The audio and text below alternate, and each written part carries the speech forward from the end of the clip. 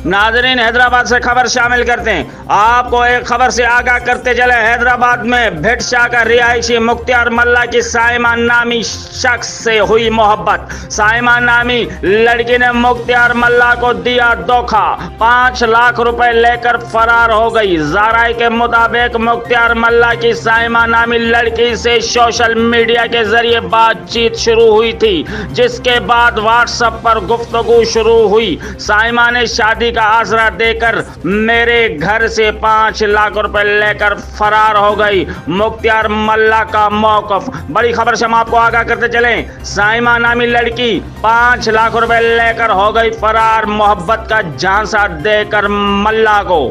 जबकि मुख्तियार मल्ला का मौकफ था कि मुझे शादी का आसरा दिया और मेरे घर से 5 लाख रुपए लेकर हो गई फरार साइमा नामी लड़की।